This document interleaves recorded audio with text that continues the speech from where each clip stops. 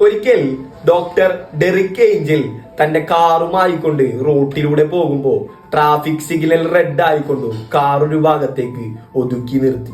ആ സമയത്ത് ആ ഭാഗത്തായി ഒരു കുട്ടി ബ്രെഡ് കഴിച്ചുകൊണ്ടിരിക്കുകയായിരുന്നു. ഇത് നോക്കിക്കൊണ്ട് ഒരു നായയും നിൽക്കുന്നുണ്ട്.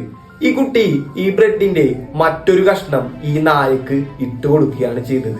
നായ ആ ബ്രെഡ് മണത്തു നോക്കിക്കൊണ്ട് തിരിഞ്ഞോടിപ്പോയി. നായ പോയതിന് ശേഷം ഈ കുട്ടി ഈ ബ്രെഡ് എടുത്ത് തുടച്ച് ഈ ബ്രെഡ് കഴിക്കുകയാണ് ചെയ്തത്. ട്രാഫിക് സിഗ്നൽ ഗ്രീൻ ആയപ്പോ ഡെറിക് തന്റെ വണ്ടി എടുത്ത് വീട്ടിലേക്ക് മടങ്ങി.